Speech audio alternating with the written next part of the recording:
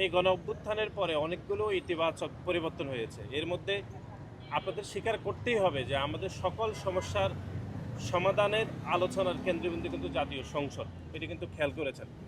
এবং গত 17টি বছর সংসদে কি হতো, গান বাজনা হতো, তারপরে হচ্ছে কুৎসা রটনা হতো। যারা সংসদে অনুপস্থিত, যাদেরকে নিয়ে কথা বলার কোনো নিয়ম ছিল না, তাদেরকে নিয়ে কথা বলা হতো। কিন্তু আমি মনে করি যে সংসদ এখন সকল সমস্যার কেন্দ্রবিন্দুতে উপনীত হয়েছে। এখানে আমি মনে করি যে গণতান্ত্রিক ধারায় বা গণতান্ত্রিক বাংলাদেশে সংসদে ওয়াকআউট, এটি আমি মনে করি এটি খুবই চিরন্তন স্বাভাবিক একটি প্রক্রিয়া।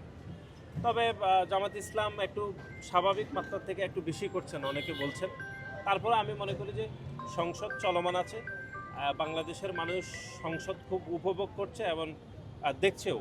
একসময় আমরা দেখতাম যে অনেকে সামাজিক যোগাযোগ মাধ্যমগুলোতে টকশো দেখতো, এখন টকশোকে চাপিয়ে সংসদ অনেক বেশি গুরুত্বপূর্ণ হয়ে উঠেছে মানুষজনের মধ্যে।